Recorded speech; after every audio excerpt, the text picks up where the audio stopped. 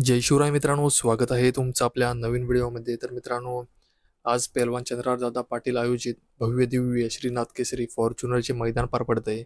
मित्रांनो, आजच्या फॉर्च्युनरच्या मैदानामध्ये आपल्या सर्वांचा लाडका मोहिल शेट्टी यांचा द्वादश हिंद केसरी बकासूर सुद्धा आला आहे.